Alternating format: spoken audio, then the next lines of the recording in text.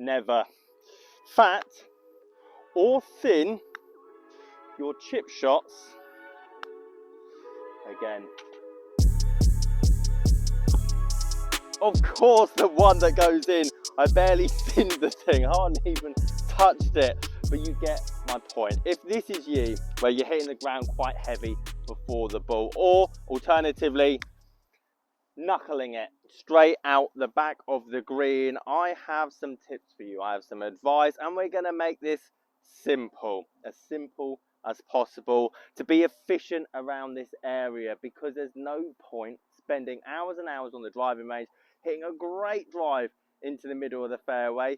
You slightly pull the iron shot and make 6 from less than 30 yards from the flag. So we're going to talk about the things you need around the green. Number 1, the technique to give you that nice, efficient, risk-adverse shot that gets the good shot around the flag, but ultimately if you do hit a bad one, it's still somewhere on the putting surface. We're going to talk about the different clubs you can use around the green to give you the most efficient chance of basically getting up and down, and the confidence you're going to give to your golf game when you have that ability. And lastly, the different lies you're going to find around your putting surface that are designed to trip you up. However, step 1, we need to figure a simple technique to limit the bad shots and obviously give you a consistent good shot around the green. These are the things I want you to never do from this kind of range, or maybe further. Number 1, long swing, wrist hinge, flicking, putting the ball back in your stance because you thinned the last one. Alternatively, you fatted the last one, so now you're putting it further forward and trying to help it up into the air. Here's how we're going to fix all of those mistakes and give you that consistent strike which we need.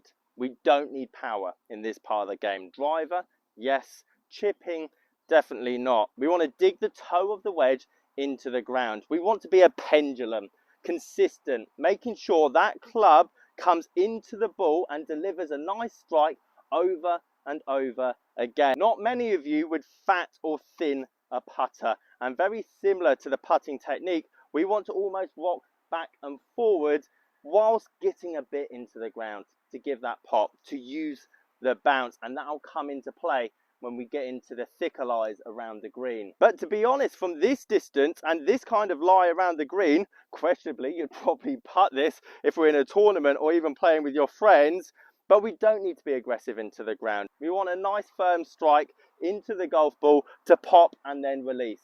We definitely don't want launch, and we definitely don't want loft. We want to get that ball rolling as quickly as possible, and after we've looked at this simple chipping technique, I'll show you what kind of clubs you should be using to implement those kind of thoughts. So we've dug the toe into the ground. Step 2, I really want you to focus on this right hand, especially the angle of this right wrist position as I go back and forth into the ground and towards the target. Notice how that wrist especially is staying well behind the club, and we're almost facing the back of the camera. Too often I see people come into the golf ball and we lose that position. You can see almost that bowing position of the wrist, and that's going to give you thins, fats, and all other kind of inconsistencies into your strike when hitting the golf ball. Step number 3, I want you to really use your practice swing as a guide and visualization for the shot you're hitting. Tournament play, this was so crucial for myself, especially confidence wise, to hit this shot, because I know how scary this shot can be under certain circumstances. And ultimately, once you've dug the toe into the ground and you're maintaining that right hand wrist position as you almost implement this pendulum like motion, notice how my club hits the same spot over and over again. This is tempo, this is timing, this is getting used to the idea of the club coming into the ground, and almost as it's coming into the ground, you're getting used to the idea of where the bottom of your swing arc is in your chip shot. A lot of you guys at the moment will have tons of weight on the front foot. You'll have the club all the way back here because you've driven your hands forward. You've got very little bounce, meaning that especially when it gets wet in the winter, that's going to grab the grass, going to grab the dirt and basically stop. Hence why the ball doesn't go anywhere when you hit a bad shot. Lastly, before we look at the golf clubs, The reason the bounce is so important is that I can hit this shot here behind the ball by an inch, almost there, so that when I actually hit the ground and I do fat it,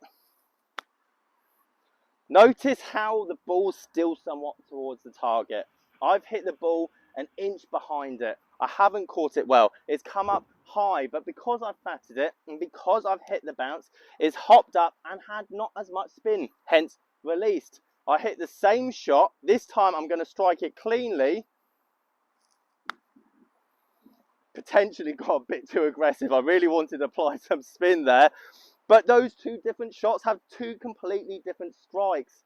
The idea is that I got better in tournament play. I got better at my chipping, not because my good shot was better, but because I could fat the ball, hit it behind it by a few inches, and still have those risk-adverse bad shots. I might hold that, but I'm definitely not out the back of the green, and I'm definitely not 10 foot in front of me. Cork golf clubs, because too often I see a 60-degree wedge come around this area of the green. And don't get me wrong, you're excited to use it because you just bought it, but this is not the time or place. As I said earlier, because there's hardly anything in front of us, do we need that loft?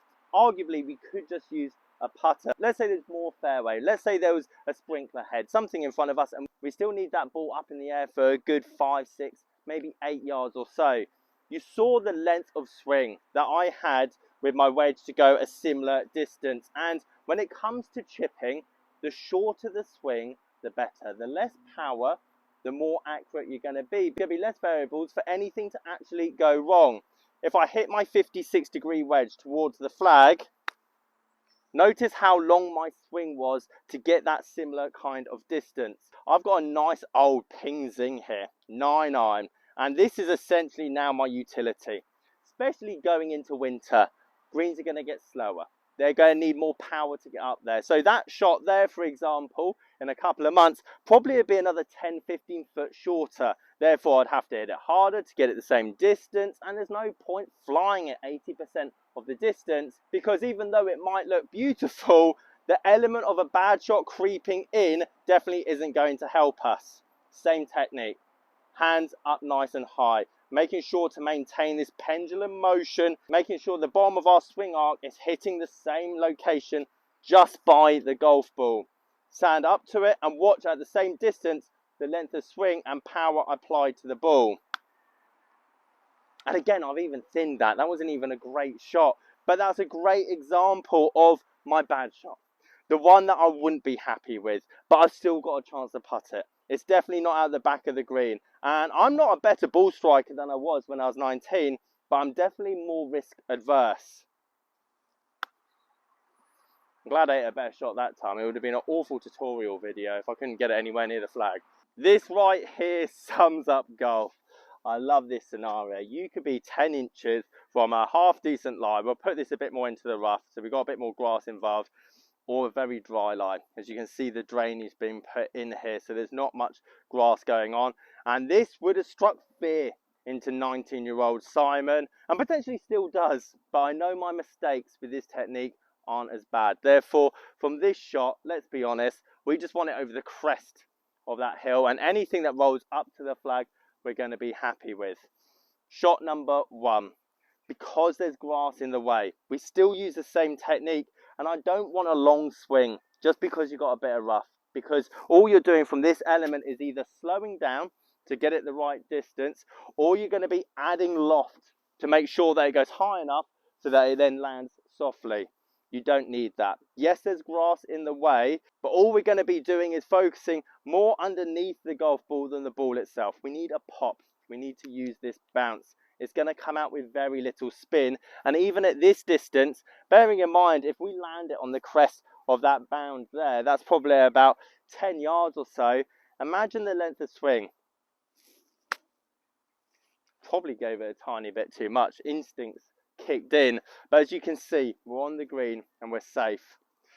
Shot number 2, dirty bare lie, that again does send shivers down majority of golfers' spines, but again, we're looking for this nice consistent, maintaining that right hand wrist position, Getting used to the idea of that club basically bouncing off the ground just behind the golf ball. Try not to pick it clean. Try and get confident with the element of that club striking and hitting behind it without this happening. Don't use that lead edge. Use that lead edge, it's going to be dead.